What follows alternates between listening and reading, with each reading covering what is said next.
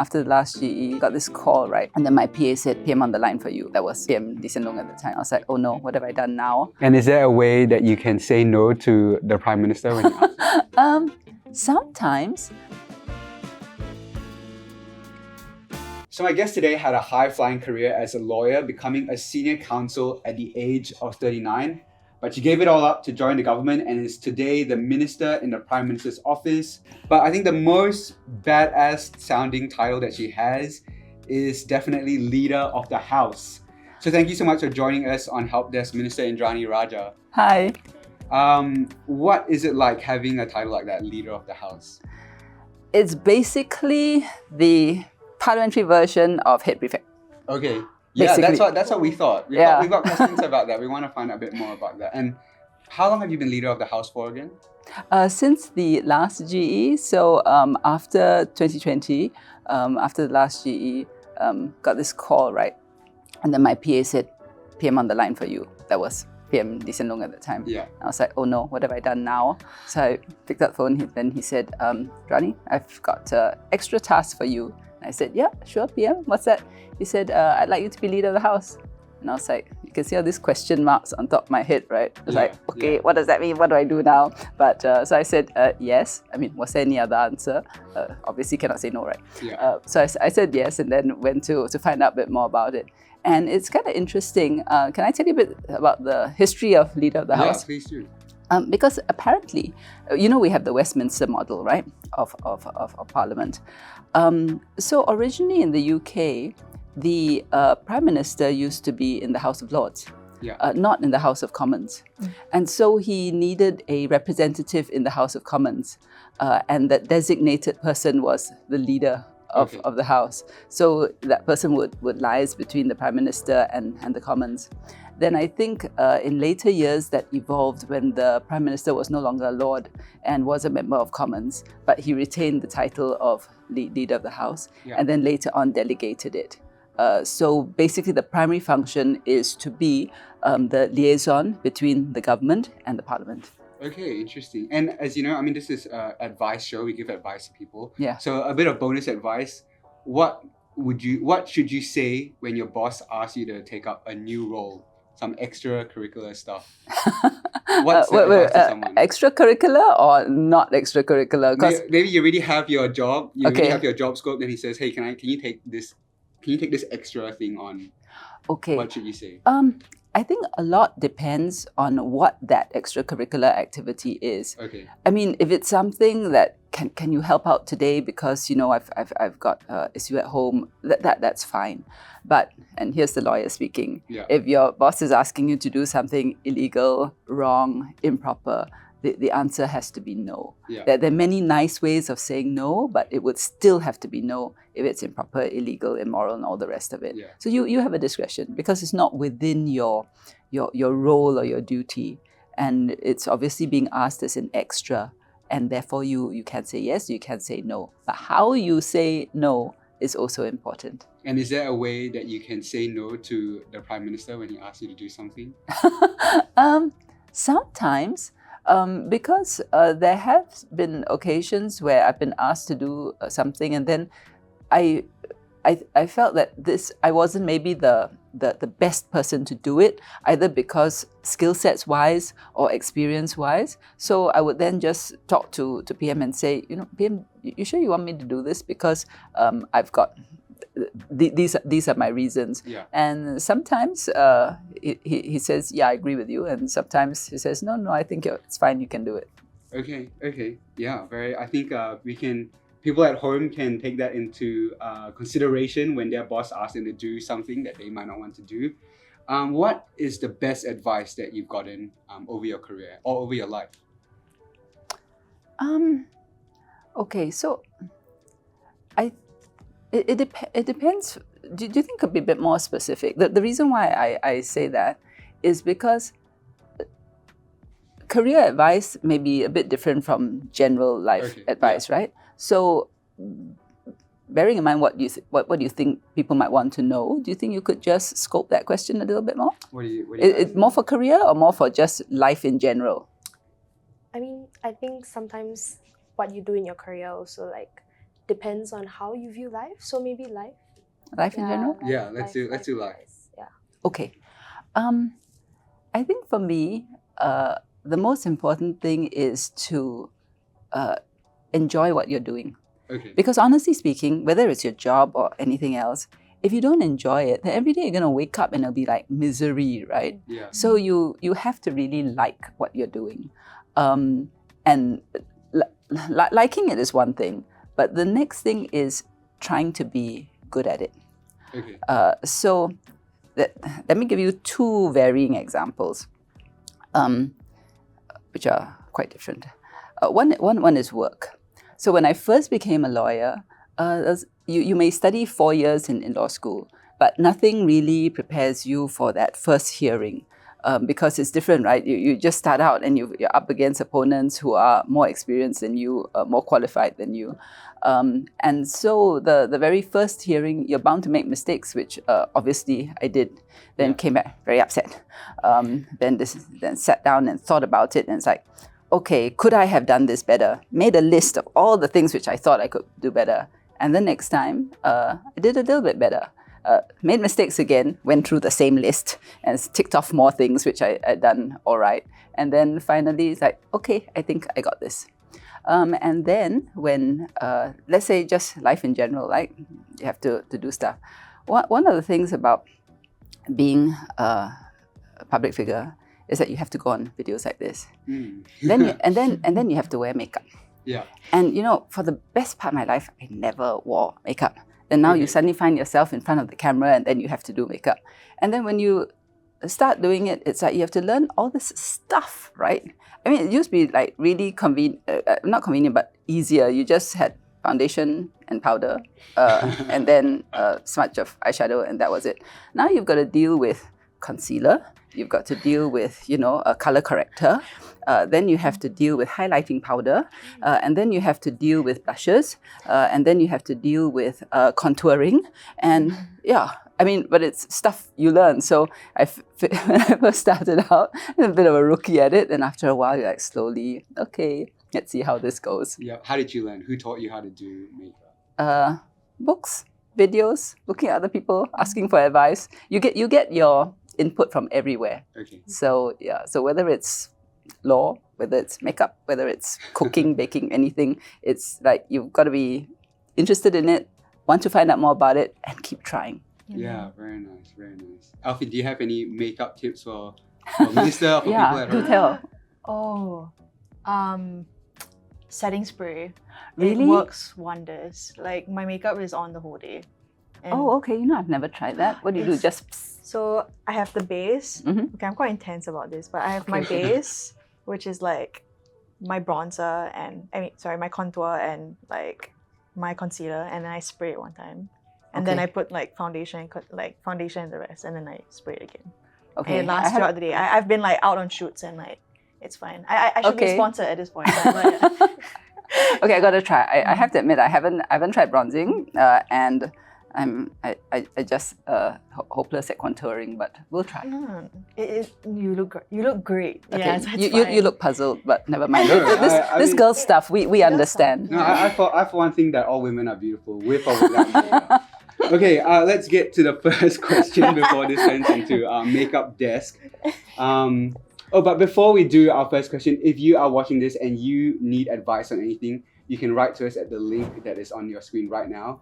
You can find that same link in our show description. So write to us there, and who knows, maybe you might even get a minister to answer and give you advice. Okay, our first question comes from someone using the pseudonym ScaredCat14. ScaredCat14. And ScaredCat14 writes, any tips on how to become a better public speaker? At my university, class participation is quite important, but I find the experience of speaking up in class quite scary. I also don't like giving presentations, but we have to do it for many of my modules. How can I get better? ScaredCat14 wants to know, how can I get better? Okay, I can totally empathize because in a career in law, you have to deal with that all the time. Yeah. So I think the first and most important thing is you need to work out what you want to say. There has to be some kind of structure. and you can't be all over the place, because if you're just rambling on, people won't know what you're talking about, right? So first thing is work out what you want to say and work out the key things. You have to see how long you have. If you have only 5 minutes, it's very different from if you're giving a speech of half an hour. So just work out your content and do it in a nice logical flow so that people can understand. And then the next thing, and I think this is what Scanteak Cat was really asking. Yeah, apart from the content, Scanteak Cat was asking more about the delivery. And the answer to that is practice and more practice. But fundamentally, at the core of it, you have to imagine that you're just speaking to one person. You may have an audience of 1,000, but you have to be speaking to one person, because then it makes it, more personal and more relatable.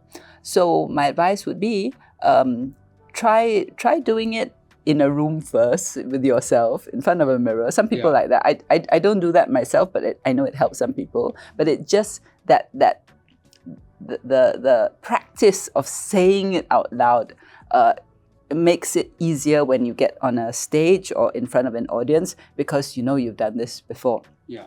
And then find a person in the audience to speak to and speak to that person. Yeah. That's I think a pretty good tip. Like, I once in a while do speak in front of crowds, and I can remember one guest lecture I was giving at a poly. I found someone in the front row who looked like they were listening intently and like nodding very supportively. Mm-hmm. So I kept looking at that person. And then about halfway through my lecture, I saw the person like sleeping. And I was like, I guess they weren't into it at all. But you have to do a lot of public speaking, both in your career as a lawyer. You have to speak in front of court. And then now, obviously, in government, you have to give speeches in parliament, give speeches on the campaign trail. Was public speaking something that came naturally to you? I'm not sure about naturally, but it was something that I liked doing from an early age. Okay. So in those days, and only people of a certain generation will remember this, it used to be called LDDS, Literature, Drama and Debating Society in school. So most schools had that. Today, I think, it's the landscape so different of your CCAs and other things. But they had that in school, and so I signed up for that, and the teachers were really good. They would send you up on stage, make you deliver speeches. To like the whole school, or to? There would be competitions within school and then competitions between schools. So there were things in those days like the Rotary Club elocution contest, and then I also took part in debates. So I think throughout the school career, had the opportunity to either debate or do drama, and that helps stuff because you're on stage looking at people and getting comfortable with it. I had some very good. There are two things, right? One's debate and one's drama. So debate is one thing because it helps you to organize your thoughts and argue in a particular flow. But drama is also very important because you're standing on stage and you have to be conscious of where other people are. Don't block them. Make sure that you're standing in the right place at the right time. Yeah. And all of that really helps. I had a really wonderful drama teacher. Her name was Mrs. Elmeth Waits.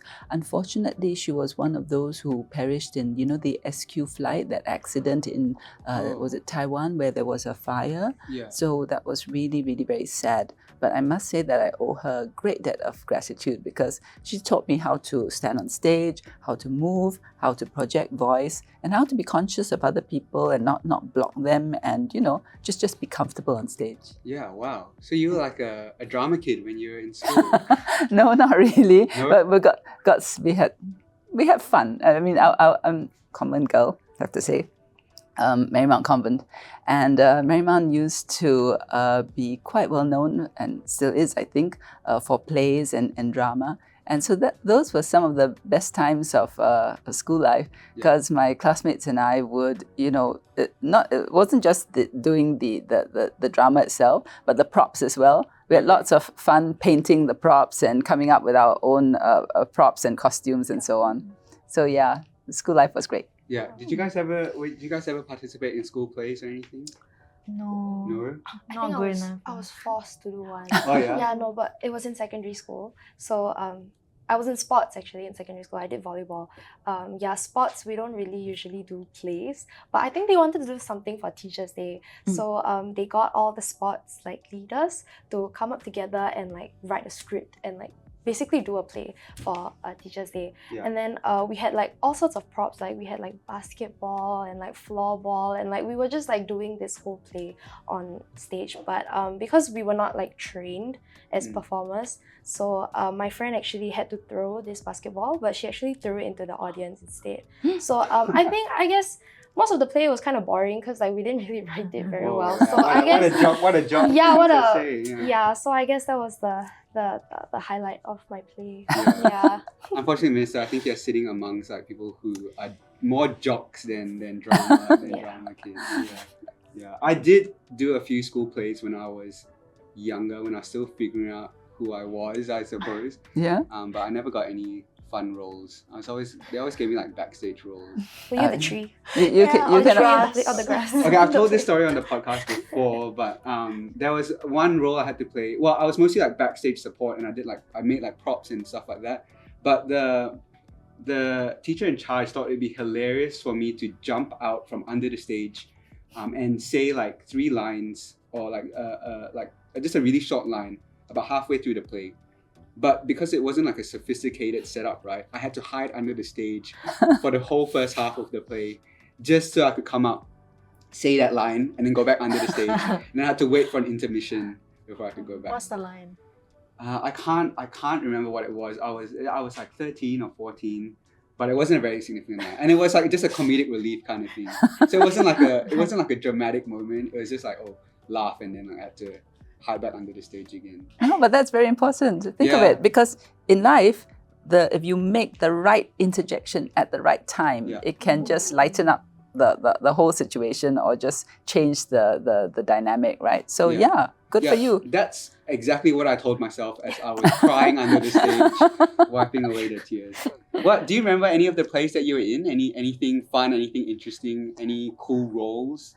Well, the first one was Snow White, which I wasn't Snow White. That was my classmate. I got to be the witch. Wow. Okay. Which was really fun, right? Because you got to go around the stage like cackling away. But I do remember during that performance one night, because like it's not like nowadays where it's very high tech. So in order to get the nails, the witch's nails, right? They use cardboard, which was wrapped with red paper and stuck on. So when you're running across the stage, unfortunately, they weren't stuck on very well, and they started falling off. And so at age 7, there I was with all the props falling off and thinking, oh no, what do I do now? But thankfully, nobody seemed to have noticed, and it went through without any further hitches.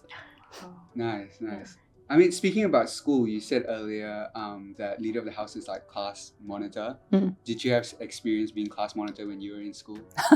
No, it's funny you should ask that, because our Sec 4 form teacher, I had a group of really good friends, but the friend who always used to sit with me, Anita Pham, she's now with the National Council of Social Services. We, at that time, were the tallest girls in class, and we had to sit behind, and we were always talking, right? And always not paying attention. We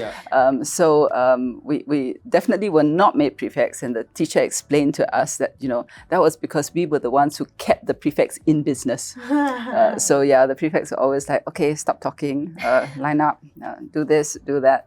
So I think this is probably karma. It's just life coming around. So after giving the prefects so much grief, it's now I have to do. Circle. Yes, it's a whole circle. Alfie and Pris were prefects in school. Oh yeah? Class monitor. Okay.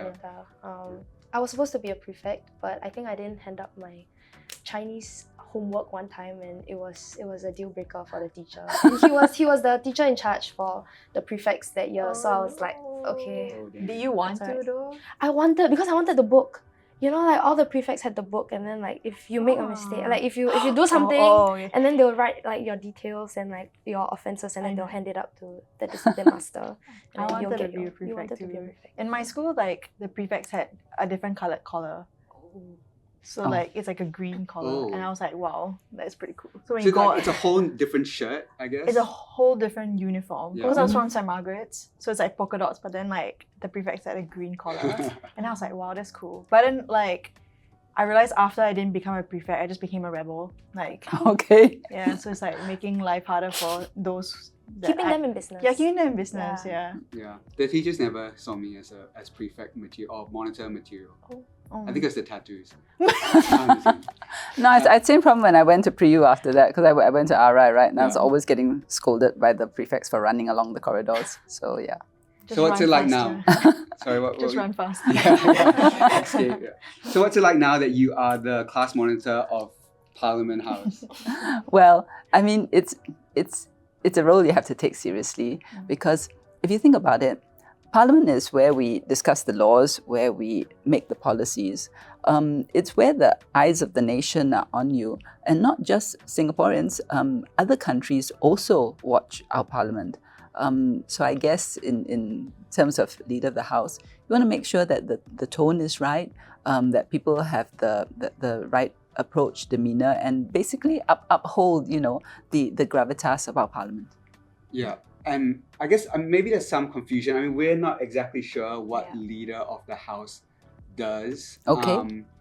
If someone's sleeping in Parliament, do you like talk to them afterwards or something like that? Like, I mean, we've seen the clips of you maybe like telling off certain politicians. Well, the primary role, as I mentioned, is to be the liaison between government and Parliament. So, for example, when it comes to sitting days, I would have to write to the Speaker to ask whether we can have sitting days on such and such day, having regard to the Parliament bills that are coming up. I do have to look at the list of bills that are coming up for first reading and second reading and try to make sure, because if we have only 2 allocated days, can we fit in the bills? The other function is to liaise with the whip, who is SMS Janil. Yeah. Because the leader role and the whip role are 2 different things. Leader is liaison between government and Parliament. Whip handles party matters. So he will look at the party side and party discipline. But we obviously have to work very closely together. We have to make sure, for example, how many speakers are there on a bill? Can we fit everybody in a particular number of days? Yeah. So that's quite important. Then on the question of behavior in the house and so on. I mean, as leader, you want to make sure that when people look at our Parliament, they look at it and say, yes, this is a well-run Parliament.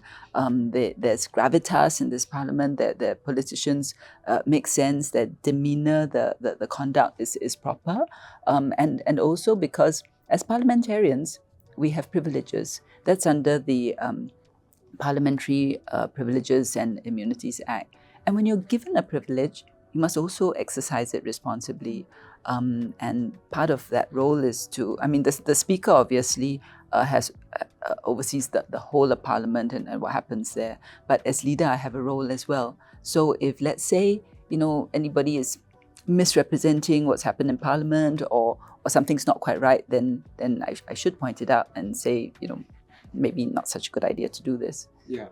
The whip, by the way, is another badass sounding title, I must say. So what I'm hearing is the whip is like a discipline master, Kind of. and this leader is like the head prefect. Kind of, yes. Yeah, in school terms. But in the UK, they actually have more than one whip. So you have the chief whip, then they have deputy whips. Okay. And they can have more than one deputy whip Yeah, because it's a much larger parliament. But the main thing on the whip side is really if you are a political party, then the party members have to have to adopt a party position for certain things. And that's the purpose of the whip. And that's for all political parties. And being leader of the house, or as you described it, like the class monitor, the head prefect, does that make you unpopular at all with your colleagues?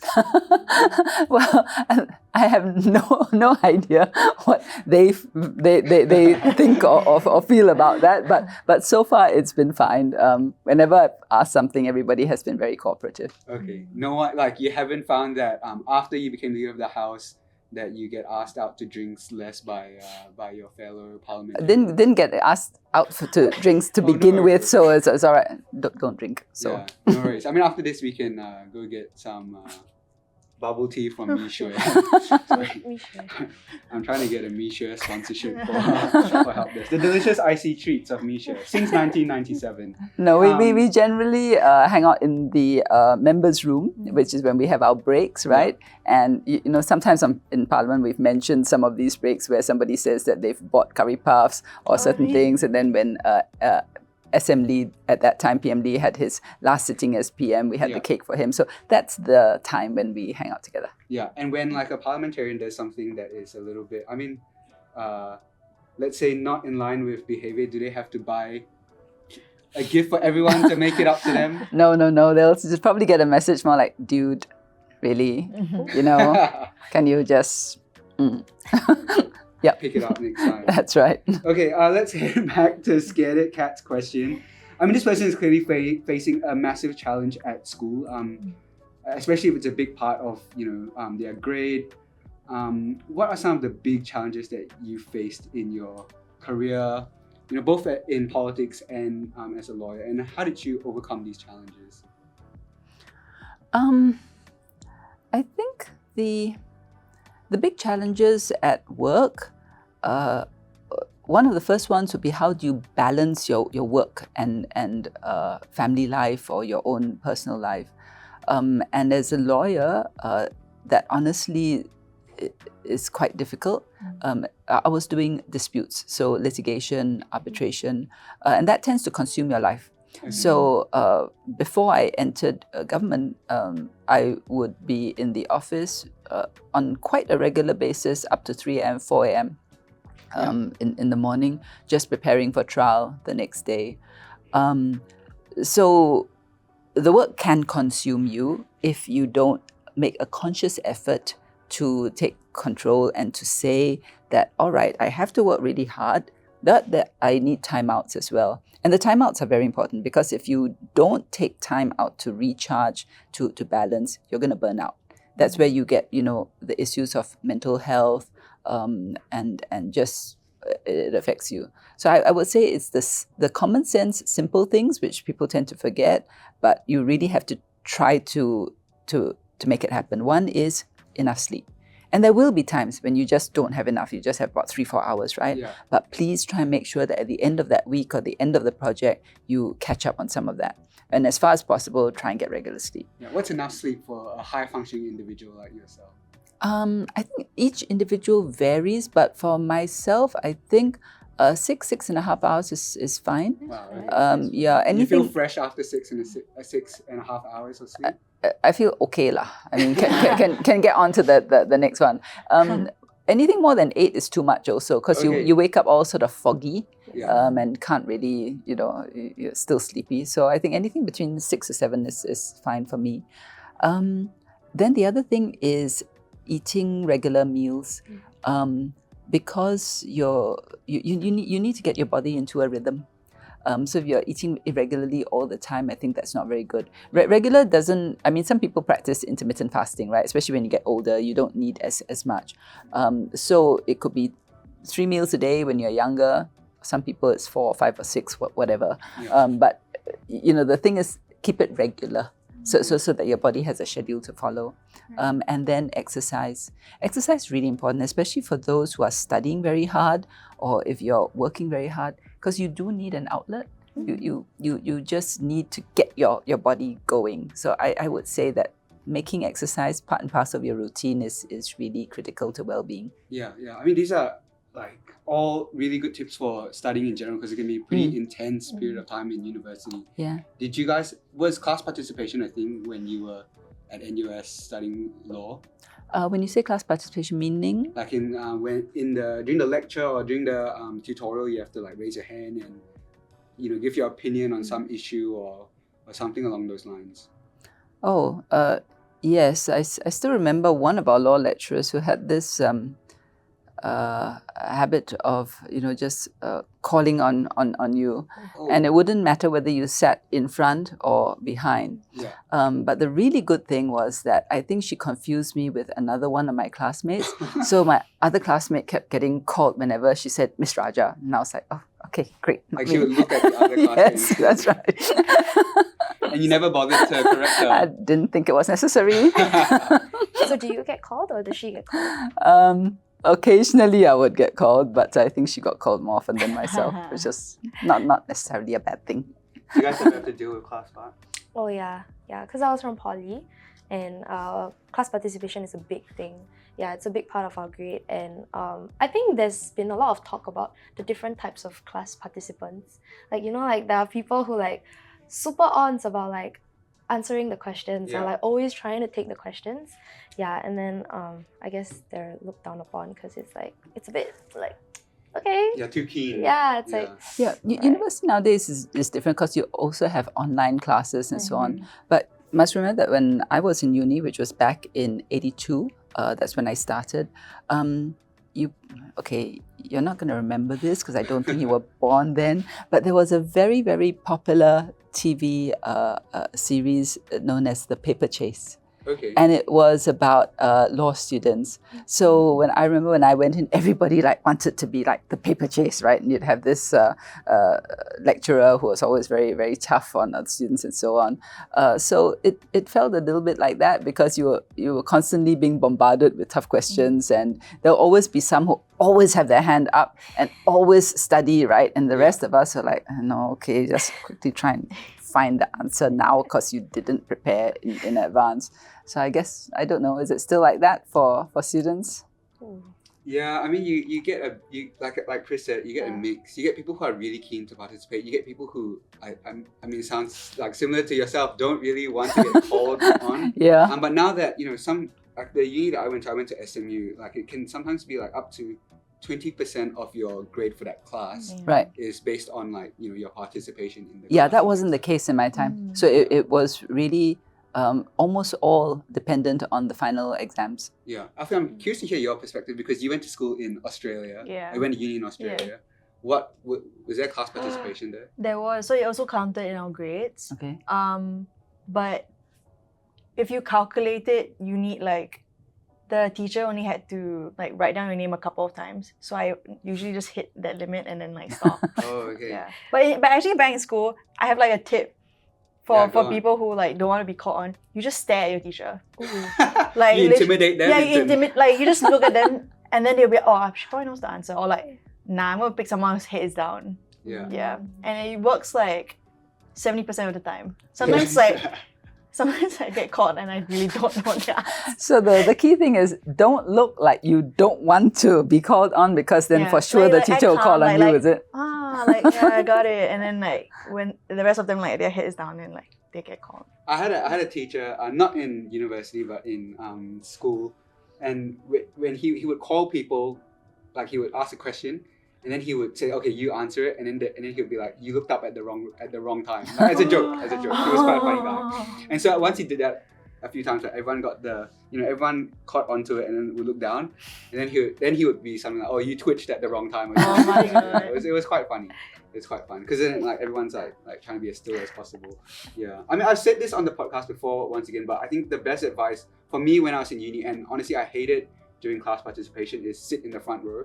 Yeah. Because you can't see who, if you sit in the back row and you have to participate, you can see everyone turning around to look at you, and then you just see all these eyeballs on you, and you can see their disdain when you said something that they disagree with. So if you sit in the front row and you see your professor, at worst you would just see your professor give you a look like this person doesn't know what they're talking about, and then you can quickly finish up your sentence and then go back to self-pity and self-loathing. Yeah, that's my advice for people struggling with class participation. Okay, our second question comes from someone named Desmond, obviously a very common Singaporean name, Desmond. Desmond writes, Mothership, should I take a gap year to explore the world and figure out what I want to do, or should I do the responsible thing and just go to university? I've been seeding the idea of a gap year with my parents, and they honestly don't seem very keen. They also have doubts about letting me travel alone, which is something that I've been wanting to do for a while. I don't want to disappoint my parents, but I also just feel a calling to travel. What should Desmond do? Should they listen to their parents, or should they, do what they feel like their heart is telling them? Okay. I can really understand that feeling because I remember when I was in school, I would see all these travel books and pictures of places that I'd never been to, and you like really, really want to go to these places. So in my case, and I will get round to answering Desmond's question, in my case, I think the first time I got to do any major travel, that means not up to Malaysia with my family, but further abroad, was after my A-levels. After O-levels. Okay. Where I visited my sister in France, and she was studying. She was working there at that time, and that was my very first flight overseas. I took Aeroflot because that was the lowest cost airline at that time. Okay. Did you go by yourself? Yeah, I went by myself. So I would have just finished Sec 4. Yeah. 16. Yeah, about 16, 17. And landed in Moscow and missed the connecting flight. Oh. Yeah. Gosh. So it was like, and it was cold. My first time ever seeing snow, and it was super cold. Sitting down there thinking, oh no, what's going to happen now? So they did have the connecting flight, but it was like about at least 6 to 8 hours later.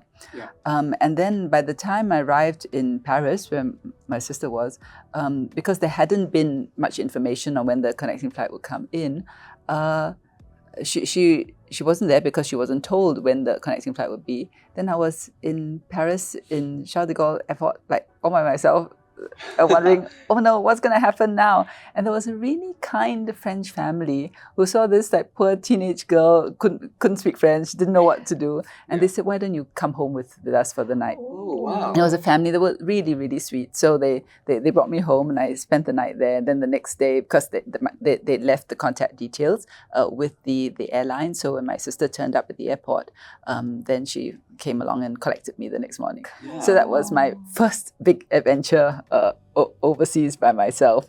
Yeah. And I guess the thing about that was, yes, it's very exciting when you look at it in hindsight, but at that time it wasn't funny at all because you're like stuck in two countries that you really don't know anything about. Yeah. So I understand the wanderlust. So coming back to Desmond's question, I think the most important thing is to understand why you want that gap year. And whether you think it's going to affect your prospects later. I don't think it will. Yeah. It's just a question of what is your comfort level. But it is important to also speak to your parents and make sure that they are comfortable as well. If your parents are not entirely comfortable with an entire gap year, don't forget that between and finishing studies in secondary school, if you're or JC, and university, or between poly and university, there is a short period, right, before the university term starts. So one compromise might be to just take that time off, which I did later on. Okay. You did take a gap year at some point? No, not a gap year, but after A-levels, when I was a bit older and having had that previous experience, a little bit wiser, I and a couple of friends traveled around Europe, UK, France, by ourselves. And that was really nice, but we came back and started university term on time. So we did have a few months. I wasn't away that long. But it kind of like satisfied that need to see other things and to do other things. So I do understand that desire to want to travel and do things by yourself because you want to find yourself a bit and you want to know a bit more about the world. But don't worry your parents too much also. So maybe using that period, because it's a good 3 months, 3-4 months depending on when the term is starting, and that might be a good compromise. So not a gap year, but like a gap few Just months. a gap, because there definitely will be one. Yeah. I don't know, because I'm not sure whether Desmond has to do NS, whether you finish NS before you start university. Whatever it is, find that period of time, and there will be plenty of opportunities later. Yeah. Did you guys do a gap year? I mean, are you I'm currently in a gap year? I'm taking my gap year now, yeah. So I decided to do that for me because I wanted to figure out what's there for me before I really pursue what I want to do in uni. So I think there's a lot of like different perceptions about gap year. I mean, if you have a plan on what you want to do for your gap year, then I think you can convince your parents more that like taking a gap year is actually good for you. Yeah, so I think even if you want to take a gap year, you also kind of need to plan for it and not just like, I don't want to go to school, so I'm going to take a gap year. Then that's a good point, because for Desmond, I guess his parents are just worried that he may miss out or not be able to, pick up where he left off, right? So if Desmond can reassure your parents that taking a gap year is not going to affect your prospects, and if you know what you want to do, or if the gap year is going to help you to know what you want to do, I would say talk it out with your parents. Yeah. I did a gap 2 year serving in the military before I did university, and I think that was. You're talking about NS, or you? Yeah, that was quite important, I think, in maintaining my residency status in Singapore. Wait, can we go back to that story where you were in France? Because that sounds like the premise of like a movie. So, it could be a Home Alone 2, or it could be a horror movie, depending or Lost in the Airport, the Tom Hanks one, right? Where he lives in the airport. Terminal. I mean, like, wow, how many tears were shed during, like, I would like feel so panicked, honestly. And there's no mobile phones, obviously. No, there were no mobile phones at that time. This would be 79. I remember, because it was, that's right. Yeah, and your mum had no problems. She had no idea, because no phones, right, at that time. So couldn't call back. She had no idea I was lost in transit somewhere. So she was quite happily, very peaceful, knowing that I was on my way to meet my sister. There were no tears. I was just very quiet, just wondering, okay, what do I do now? And trying to figure out what would be the next best plan. Do I stay at the airport or not? But like I said, that French family was very kind. I mean, I must confess that when they made that kind offer, the thing that flashes through your mind is, your parents always tell you, don't go with strangers. Are they too kind? Something might happen. But to be fair, they had young children. They didn't look like serial killers or something like that. In fact, they were genuinely very nice people. And at that time, airports were very different also. So it would have been just in this airport where everything was dark and blank, and, none of your retail stuff, the shopping and the eating and all of that at the airport, the airports were not like that in those days. So I figured between the two options, better go with them because they looked quite trustworthy. Yeah. Well, what was Moscow airport like in the 70s? That must have been pretty interesting. It was cold. Yeah. It was extremely cold. And I mean, to be fair, it was a functional, efficient airport. But it was just cold, and they were used to the cold. I was not. Yeah. Did you get yourself one of those big furry hats just to get yourself warm? No, Oh, I was in the airport. And are you still in touch with this French family at all? No, I did not keep in touch with them. Okay, well, we've got them behind the curtain. That would be amazing. We should go and find a French family. And see I don't have their name. There were just some people who did a really nice kindness to a stranger. Yeah. Honestly, like, I mean, I've traveled a bit as well, and like, you do really meet like really kind people along the way. That's right. Especially when you're in tough situations. I was driving for a friend in the US. We were doing a road trip, and we parked our car somewhere in Oregon, and we went for a hike. And when we came back from the hike, we realized someone had broken into our car, and I had thankfully all my stuff with me, but my friend had left 2 bags in the back seat, and the thieves took one of the bags, which had like his passport, his laptop, his wallet and all his money, and all his underwear. So that was unfortunate. And I don't know why we did this, but we didn't have SIM cards, so we didn't have phone reception either. So we're just kind of stuck in the middle of this place where a car that broken into. We don't know what to do. We're in a foreign country. This elderly couple comes along, and they let us use their phone. They waited with us till the police got there. They asked us if we needed a ride anywhere. It was very touching, honestly. And then the lady, I guess, she saw me, and I must have had like a funny look on my face because I realized, okay, my car got broken into, a rental car, but I hadn't lost anything. Right. So I was like totally fine. So I must have had like a kind of, I don't know. But she gave me a big hug and I felt a lot better afterwards. I was like, you should hug my friend. He's lost everything. He's lost all his underwear. I mean, it's a terrible situation to be in. But yeah, very kind people, and like, everywhere I've traveled to, I don't think I've had whenever you're in a tough spot, people tend It makes to a help difference. It really does, because if somebody is lost, doesn't know their way, especially doesn't know the language, having somebody extend a helping hand it really makes a big difference. Yeah, and sorry, you mentioned that you went on a gap trip or like a little trip with your friends before university. Where was that to again? Sorry. So we went to UK, London. I mean, we'd grown up reading all these books about England and UK and London and so on. So visited Tower of London, went to the Imperial War Museum, visited lots of places, and then went back to France this time differently, actually knowing where I was going and with friends. Explored Paris, visited the Loire Valley, where they have all the different chateaus. That was really nice. Wow. Okay. And would you say that this trip had any? Was it formative for you at all? Was it an important trip for you? Did it help you decide any of the major decisions that you would have to make? It wasn't something that was life-changing in the sense that, because I went for this trip, somehow, I made a life decision. But what was very helpful about the trip is that you have to do things on your own. You got to book your own tickets. You have to plan your schedule. You have to be responsible with your friends if you're saying that you're going to meet at a certain place, because sometimes you go somewhere and you want to do different things. If you want to meet at a certain time, you come back at a certain time and don't just leave them floundering, because again, no handphones, right, in those days. Nowadays, you want to change the time, no problem, you just text or something. But in those days, if you say 4 o'clock here, it has to be 4 o'clock there, because otherwise, where do you find the person? And also learning how to travel as a group, because different people have got different likes and dislikes, and sometimes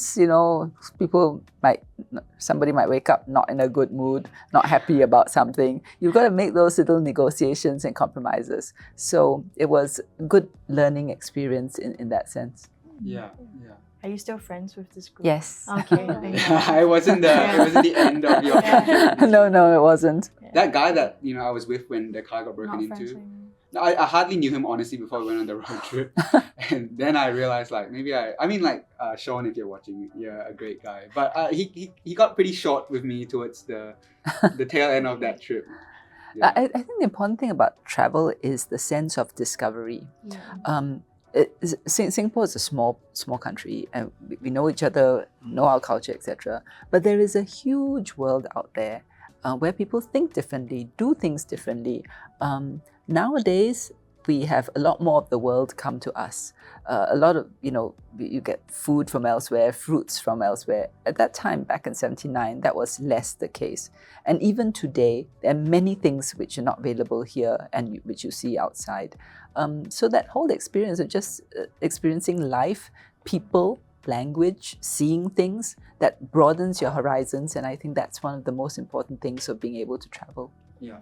And talking about discovering the world, I mean, as a young person, I'm also still trying to discover myself and like what I really want to do in life. So back when you were still trying to figure out what you want to do in your career or like find your calling, how did you actually like narrow down what you want to do and really just going all out in your calling? Okay.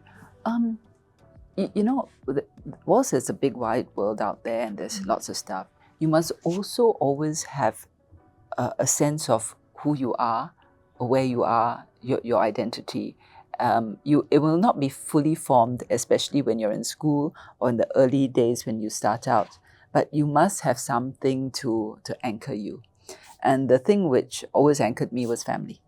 And my dad passed away when I was young, but there was my mum, who is, she raised my sister, brother, and myself as a widow. And my brother and sister were always close. So that was my anchor. So as far as I was concerned, no matter what I did or where I went, I wanted to make sure that I could provide for mum, look after her as she got older. And then the other thing which determined direction was I wanted to choose something that I felt would be helpful and which I would enjoy doing. And so it's not like I had a very clear idea, and I told the story many times before, but maybe, it's a different audience here. When I finished A-levels, I really didn't know what I wanted to do. So I thought maybe try for arts. So when I put in my application for university, I put it in for the arts. But when I came back home that same evening, I met up with friends, family friends, one of whom was a lawyer, and he said, why don't you try law? Because if you don't know what you want to do, law would give you a professional degree and an added option. So you can do all the things or most of the things that you would have been able to do with the arts degree, but it gives you one more extra option and ability to enter a profession. So I thought about that and I said, okay, it makes sense. So then the next morning had to go to NUS, right, and try and retrieve my application. Then they said, okay, it's a bit late now. You'll have to apply to law school yourself. You can't do it the general way. So you've got to go and see the sub-dean who's in charge of admissions to law school. So I said, okay, fine. So took back my papers, then trotted all the way to law school. At that time was still at Kentridge. It hadn't moved over to Bukit Timah. And on the way there, and this is really funny because when I look at it in hindsight, on my way to trying to find the sub-dean's office, I couldn't find the way. So I had to ask for directions. Yeah. So I peeked in, there was this room, there were some people in there. So I thought, ask for directions there. So knock on the door. And then I went in. There were 5 guys in the room. One was clearly the teacher, Caucasian, American guy. And then there were four law students there, which obviously at that time, just out of A-levels, they all looked very sort of senior, mature, and so on, right? So I said, excuse me, I'm looking for the sub-dean's office. Can you tell me where it is? So they pointed the direction. Then I trotted off and see the sub-dean. And I'll come back to the sub-dean story in a moment, because I put that in and eventually got accepted for law. Yeah. But these 5 people in the room, right? When would I have put in earlier? About a month and a half later, the 4 guys, the pictures appeared in the newspaper. And they had won, for the very first time, the Jessup Moots, which is a big law moot international competition in I think at that time would have been in DC, Washington, DC. Yeah. And those 4 guys turned out to be, number 1, Davinder Singh, SE, who would later become my boss at Drew Napier. Second one was Stephen Chong, SE, who would also be in the same firm that I would be working at and is currently now a Justice of Appeal. Jimmy Yim, SE, who is still with Drew Napier now, and he was head of litigation when I was at Drew Napier. And the last one was V.K. Rajah, who became a High Court judge and Attorney General, and whom I had to work with when I became Senior Minister of State for Law. And the final one, the American who was in the room, was Mr. Bob Beckman, who, for anybody who's done law at NUS, you'll know he's a bit of a legend. He taught international law.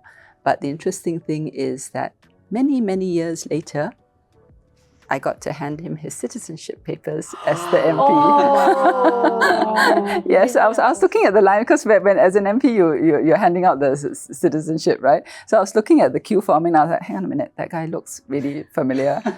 He was my law lecturer in school when I finally got accepted in there. And when he came out on stage, I told everybody, this is my lecturer. I'm so happy to be able to give him his citizenship papers. Yeah.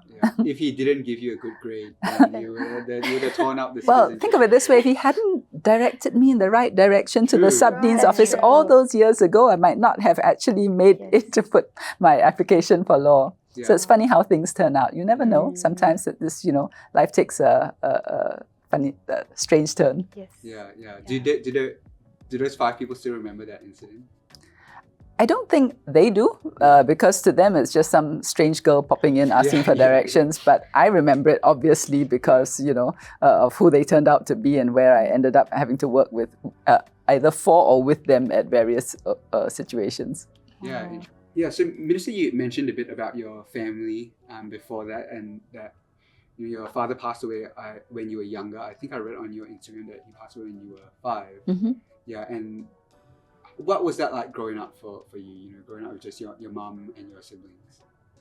Well, Mum had to work very hard because but she then became a single parent looking after 3 young children, and I know that it was tough for her. But the thing is, she never made us feel that we were lacking in any way as a result.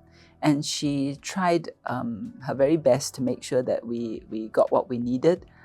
We didn't have a lot of luxuries, but we definitely had all the necessities. And that was because she worked really hard.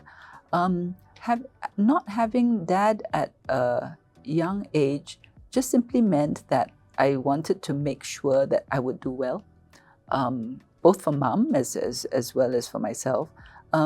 Because it was really sad that my dad passed away when I was young, but I have wonderful, wonderful memories of him. And it was really interesting because I didn't know this at that time. I only discovered it, I think, in early 2003, maybe, because he was a policeman, and I only realized it when sometime in the early 2000s. Police gave me an anniversary book, and then I flipped it open, and there was, I can't remember, there was a picture of my dad, but there was certainly the text, which said that he was the OC, officer in charge, or the commanding officer of what was then the either Outram or Tanjong Pagar police station. So I was like, okay, so I'm in Tanjong Pagar, GRC, and looking after this thing, and I didn't realize that my dad was the police officer in charge of the then police station there. It is that police station is no longer there. It is now the police cantonment complex, but that was where he was working. Yeah. Wow. That's That's quite cool. Yeah. And So there's a really very, very old picture which I discovered in SG50 where he was obviously on duty for an event, and Lee Kuan Yew was in the picture as well. So I think, had come to visit at Tanjong Pagar, and I think my dad was on duty, and I was like, how cool is that? yeah. And was when you entered politics, you were working under him in the same GRC as him, rather. What was that experience like? Was it scary? I've heard people call him intimidating. No, it wasn't scary. I mean, the really nice thing about is that he gives you a job, and that job is to be the MP for that area, and he lets you get on with it. He didn't interfere. He would ask questions. He would want to know what's going on, but he didn't sort of micromanage or whatever it is. He gave you a job. He expected you to do it. He trusted you to do it. And if there was something that he thought might need changing or whatever, he would let you know. But no, it was good in that sense. Yeah. It's that trust. It's like, okay, you're supposed to do this, get on with the job, and let me know, keep me updated. And then subsequently, when he passed away, Mhm. you kind of took over his ward for a period Yes, of that's time. right. Was that scary, stepping into those shoes?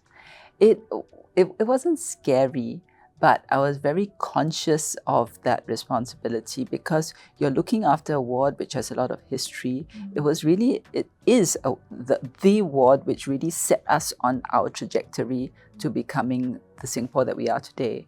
If Tanjong Pagar had not elected him all those years ago, he wouldn't have been our Member of Parliament, our Prime Minister, and the country might have taken a very different direction. So that responsibility I'm very conscious of.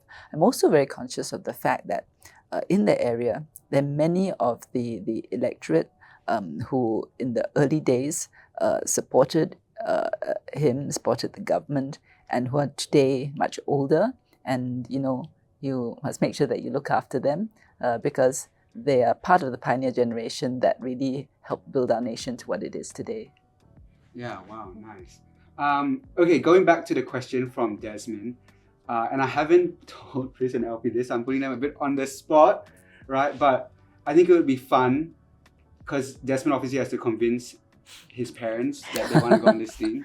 Okay. So you guys can give your pitch to Desmond's parents, and what would you do if you were in Desmond's shoes? How would you convince his parents to let him go on this trip?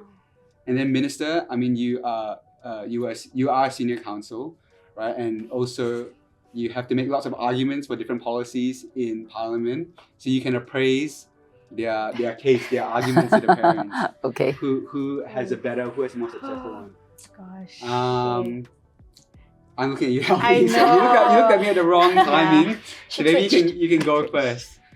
What would you say, Desmond? Look at me. Pretend I'm Desmond's parents, and you are Desmond. You're Desmond's parents. Yeah, what would you say to me To convince. as Desmond's parents? You're Desmond. If I just finished like O levels, I'll be like, No, it's either university or gap year. Oh, university or gap year. Okay, Yeah, and sorry. let's, So let's it's assume The that gap he's year is finished between NS. A levels Right. and university, is it? Well, he's finished let's assume he's finished NS, Mhm. but before going to university, he wants to Okay. take a gap year. Okay, so I've been working very hard. I was not like that. No, In that wait. voice as No, well. no, serious. Yeah, I mean, like, first, I would definitely say, like, I've been working very hard in, like, school / like, NS. I've been in, like, this rigid system for such a long time. I haven't really, like not rigid system, like, my whole routine has been so, like, systematic for so many years. And I would like to take a break from that and explore different things before I come back to that system and, like, continue my studies. And I'll just promise them, like, I'll definitely come back and work harder when I get to uni, and that, like, I'll take this break to not only learn about myself, but to, like, take a break so that I can fully focus and, like, not dread the fact that I didn't have time to enjoy myself in that gap year. Okay. We'll reserve judgment until Chris does us. Okay, gap year. Okay. I want to take a gap year. Okay, and before you say anything, I have a plan for it. Okay, so I really want to travel, but I don't just want to travel just to see things, but I think I will also learn a few things about myself and perhaps a career that I'll be interested in. So after every trip that I go on, I will write down learning points and I will write down what I will do with these learning points and get back to you with it. So I'll keep you updated on my gap year and my progression during my gap year. So please, I don't want you to waste money on my uni that I probably won't be interested in.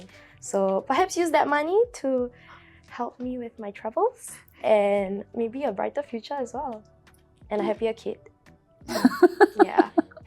Okay, Minister, who made the best argument? Who do you think? What do you think? Okay. One argument is most convincing. All right. Actually, I kind of worked that out in the first 1 minute. Oh. Yeah. Okay. So your argument was like totally from Desmond's viewpoint, and nothing at all from the parents' viewpoint. Because you were channeling Desmond and what's going on in his mind and all the rest of it. But the overall objective is to win over the parents. True. And telling the parents that actually I was just in this rigid system and I just want to break free is not going to give them an awful lot of comfort because they're worried, True. as far as we can tell, about his future, right? So I think you came across much better in terms of the argument. I say better, not the best. Your question was the best, but yeah. So it was better, but not the best. Okay. Better because it sets out a plan. At least there's a road map, if you like. And he said that he would, in the arguments you made, you would find yourself, note down things, keep them informed, which is good because the parents don't want to feel that they're cut off. But I think what would have been even better and the added cherry on top, and this depends on Desmond. We'd have to ask Desmond, do you actually know what you want to do in university later? Because if you do, then you should also be making the argument how going on this gap year will help you to do that better. So let's just say, for example, he really wanted to do geography. I'm not sure how many people do want to do geography, but geography is really important if you want to do urban planning. So URA is always looking out for people who are geography majors, right? So if you want to do geography, and Singapore has very little geography. It's a great idea to go off to Europe or Latin America, or wherever it is where there are lots of mountains and you can study geographical features, and this is going to be really important for you. Or if you want to do architecture, going to see, Rome, even the pyramids, all of this have, something to do with architecture. So that would help. But I'm not sure whether Desmond actually does know what he wants to do. So if he doesn't know what he wants to do, then I think that also needs to be set up front, which you touched on. But I would say, he should say to his parents, Mum, Dad, I really don't know what I want to do. I have some ideas, but not sure. And I think that this gap year would help me to crystallize that. Because once I know what I want to do, then I'll be able to go into it wholeheartedly.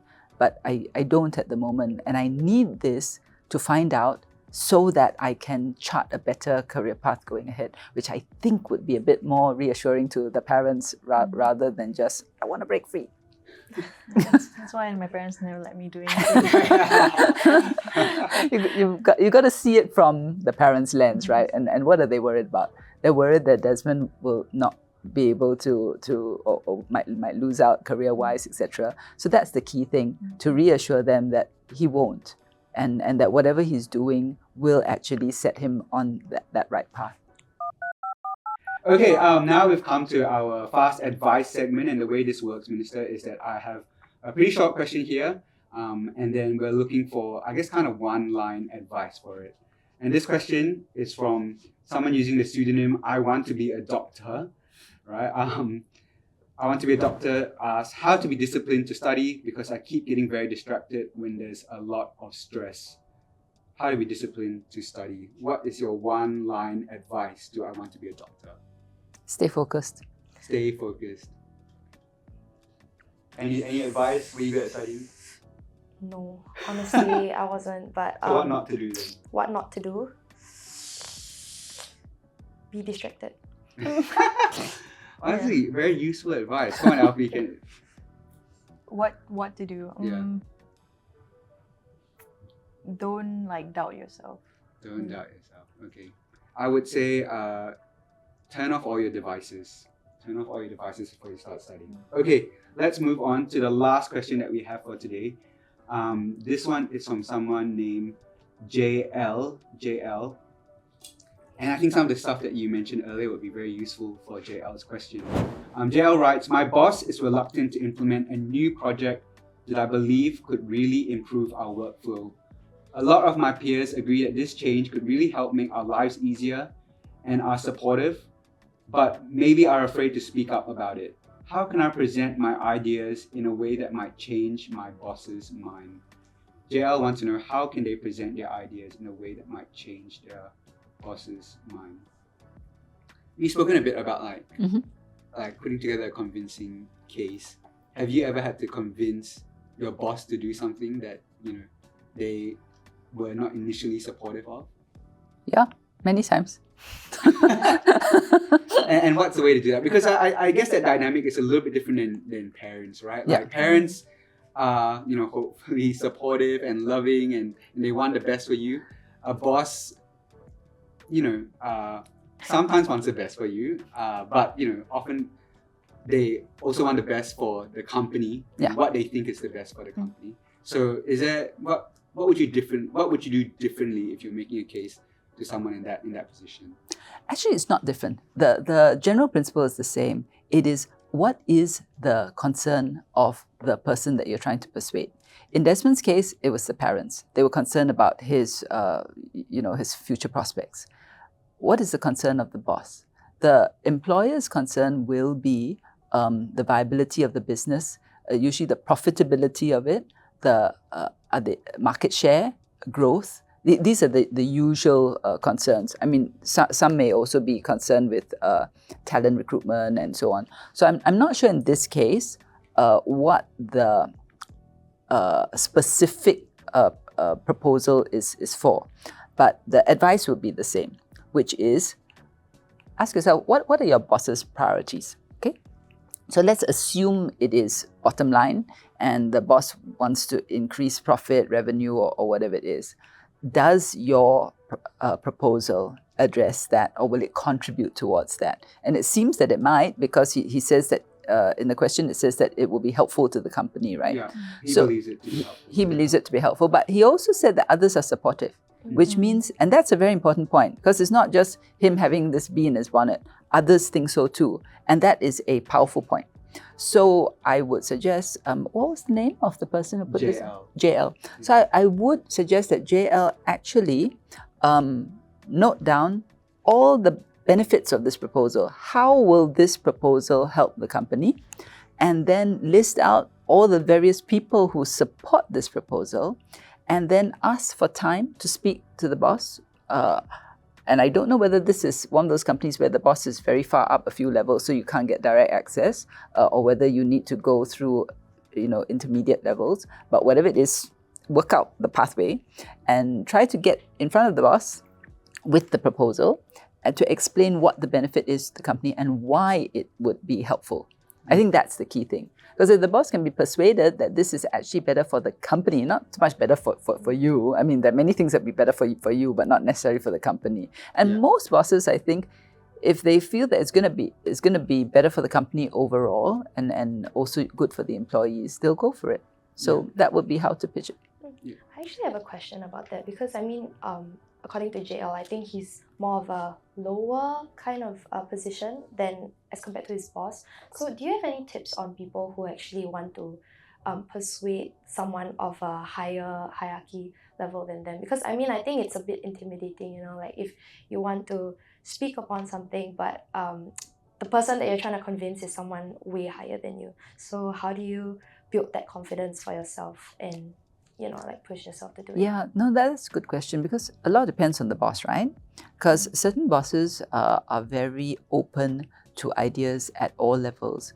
And many of the best companies work that way, where you basically crowdsource ideas from all your employees. But if this happens to be one of the more traditional hierarchical companies, where the boss is a bit more distant, then JL has to enlist the aid, I think, of somebody in the middle. So somebody who the boss would be willing to listen to or is more used to interacting with. And you've got to try to find a way to reach the person in the middle, whether it's your supervisor or one of the line managers, and then get it before the boss. I mean, you could email cold, and if you have a good boss who's willing to be open to ideas, then that would be great. But in more hierarchical environments, then get the intermediary going. And nowadays you have to make cases to like the Singapore public, right? For different policies that you might want to implement or different things, different initiatives. Do you find it different having to make an argument that would be convincing to like the population rather than an individual? If you're making an argument to the population as a whole, you must also understand what your population or the electorate are concerned with or thinking about. Because if it's something that is not relevant to them, then they're not going to pay that much attention. But various things have resonance and are important, and you then have to persuade. For example, for housing, we know that there's a great demand for housing, and people do want to have their BTOs faster. They're also concerned about the prices of resale flats. And addressing this requires a combination of things. One, helping everybody to understand why the current situation is the way it is. Why is it that the supply is tighter than the demand? And that obviously goes back to COVID, and the manpower crunch and all the restrictions, which then led to our housing schedule being delayed. And then also knowing that then, there was greater demand in the resale market and etc. So that's first you have to help people understand why. Then the other thing is you also have to tell them what you're doing to address it, which we are, because we are ramping up the BTO supply.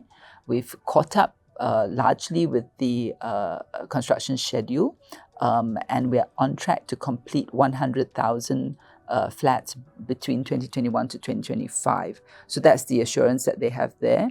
To make it more affordable, we are introducing the reclassification framework from mature, non-mature estates to the Prime Plus and Standard model, which means that we will give larger subsidies for the areas which are more desirable locations and which are more expensive, but there's a quid pro quo. But this way people know that the flats in the Prime and Plus areas are becoming more accessible and affordable. And then you would have seen some of the latest moves that we have made. Yesterday was announced and it's in this morning's newspapers, hoping to address the resale market as well. So in terms of coming back to your question, how do you explain to a population? You have to help them understand why, but why is not enough, because just understanding why and then not doing anything about it, obviously that doesn't work, right? Yeah. So we've also been explaining what we're doing about it, and I think people can see the progress as it's going along. Yeah, can I push you a bit on that? Because on one hand there's the big picture and like there's all the initiatives and things that you are doing, right? And like we talk about on the topic of housing, there are the messaging has been that we've caught up to the demand, catching up to the demand. Yeah, exactly. But sometimes that big picture stuff, there's a disconnect with how people on the ground feel, or the lived experience of someone, right? So right. You might, in Parliament or when giving a speech, say that we're catching up to demand, but then the person on the street hears that and says, well, I'm still finding it really tough to get a house. Yeah. So how do you go? Yeah, I mean, what do you make of that challenge? I suppose is the question. To connect what the big picture stuff with the lived experience of Singaporeans, and how do you go about helping them see the bigger picture, I suppose. Okay, so I mean, we've actually been able to roll out the flats, and there are a large number who are actually successful in their applications. So I think it's the ones who have not been successful and will need to either keep trying or to explore other options. So I think for the ones who are still in need, best thing to do would be to really try and find out about all the different options as much as you can, because if you've been applying only for one particular area and that's not working, then maybe rather than keep trying there, see whether there are other options. But the other thing is also to see what's coming on the horizon, like the reclassification framework. So that hasn't kicked in yet. In short, keep finding out more info, keep trying different ways, because ultimately you will get the flat. It's just a question of time, especially since we are catching up. And with the reclassification framework, I think it'll make a difference. And at NDR, PM also said that we are making changes to allow singles proximity to live to their families, their parents, which will also make a difference. So just give the policies a little bit of time to kick in and to work, and eventually people will be able to get what they need. Okay. Can I ask, you do make cases to the general public, and with your years as being a lawyer, how does it feel different, or does it feel weird, or does it prepare you for making cases to Singaporeans? The general objective, which is to persuade, remains the same, but the considerations are different. Because in practice, as a lawyer, you can make very legal arguments and technical arguments, but in governance and in government, it's about people. It's not just about the legalities, it's how people feel, how do they react, have you addressed their concerns, and even if you've addressed their concerns, how do they feel? So I think that's really very important, to really hear people and understand the need, and try to address it as best you can.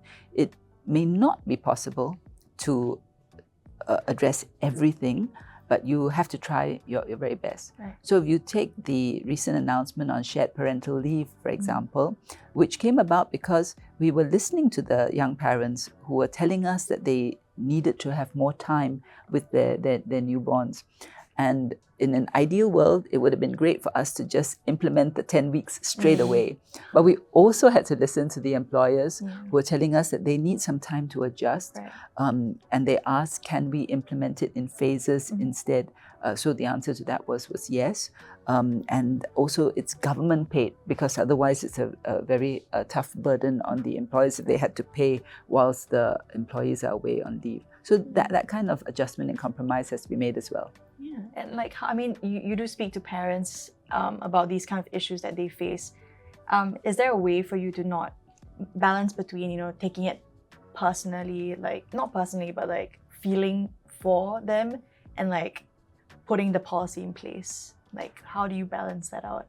Well, the thing about policy is that it has to be able to cover a broad majority, but it will not be able to cover 100%. So when you're listening to people and understanding what their concerns are, then when you do the policy, you have to try and design according to that need and to cover as many as possible. So for the shared parental leave, parents were saying that it's really the first 18 months. But we can't give 18 months at a go. That would be too long, because for the employers would find it really tough. So we then decided, well, we had this additional 10 weeks. Then when you add on to what they already have, that's about 30 weeks, which is actually not too bad. You take into account different elements. You put it all together. It's a bit like baking a cake, you know, different ingredients that go into it. And depending on how you adjust the ingredients, you come up with a different sort of cake. But this is the end product based on the feedback and balancing the considerations. And then there's the next stage is you implement it, you watch, you see how it goes. And if you need to tweak it, make adjustments later on down along the line, then we can do so. So it's kind of iterative process. Right.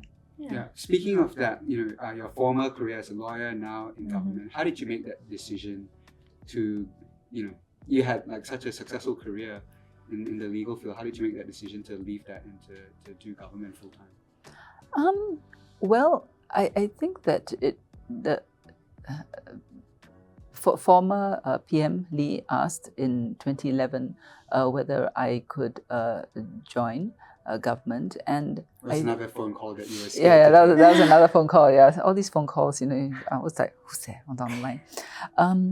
And I think that at that time there was a need. He did want to bring on new people onto his team, and don't forget that quite a number of ministers had stepped down after the last that GE 2011, and I thought that there was a need there.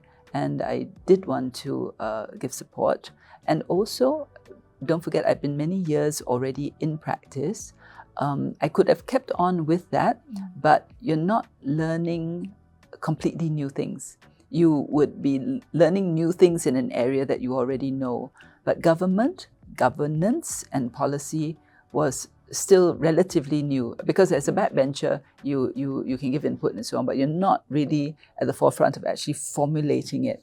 And I thought that I could, firstly, for me, it would be a personal growth journey. But more importantly, I also felt that if I was there, then maybe I could help make a difference and do a few things that would help with change.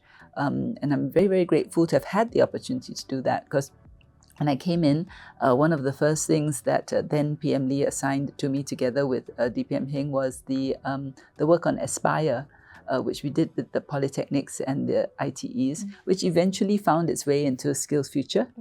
So that was great. I was involved with the setting up of the third law school, which is now the SUSS Law School. And in my second round at MOE, I worked on Uplift, which is really helping the lower income kids, reducing absenteeism. But then I've had the chance in recent years to work on, sustainability as a growth area for lawyers and accountants. and working on the recent IMC, the Interministerial Committee for the anti-money laundering, strengthening our framework against anti-money laundering. So lots of exciting things. I can't say that I have any regrets. Yeah. So do you miss being a lawyer at all? I miss the trial work, the court work, but the skill sets still remain the same because you are still involved in law making.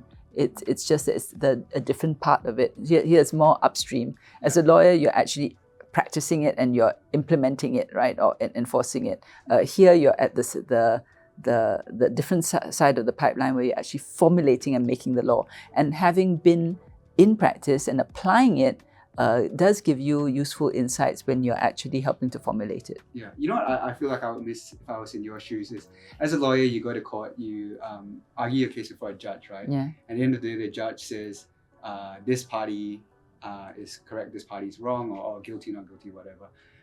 As a politician in Parliament, you argue your case with, I guess your colleagues there, your learned colleagues there, and no one says like this person's argument is wrong, this person's argument is right. That would frustrate me, I think. Not having that definitive like I won kind of feeling.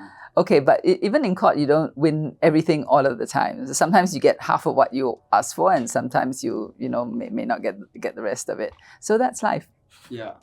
Life is not always completely black and white, clear cut. Everything set into little boxes. Life is a whole kaleidoscope of colors, and you just have to deal with it as you see it. Yeah, compromises. That actually reminds me of.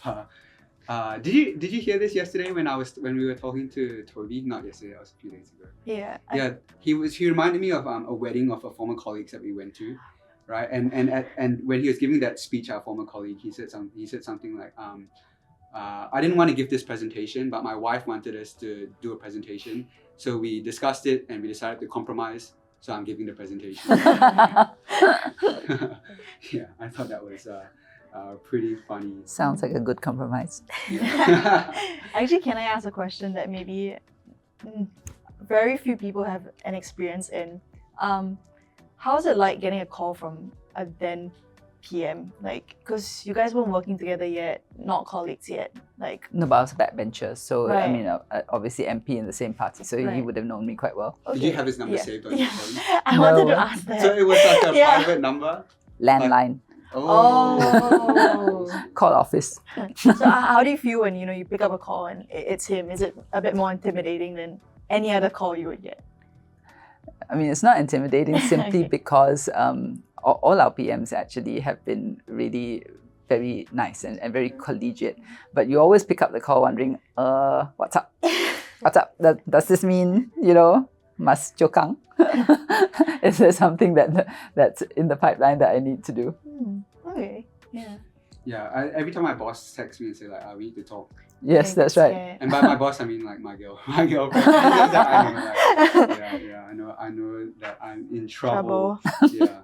I think that is a good way to end this podcast. Thank you so much for joining us. I hope that we shared some useful advice for you guys watching, and I hope that you had fun giving the advice as well, Minister. Thank you so much. I did enjoy myself. Thank you very much for having me. Yeah, well, we'll catch you guys on the next episode. See ya. Bye.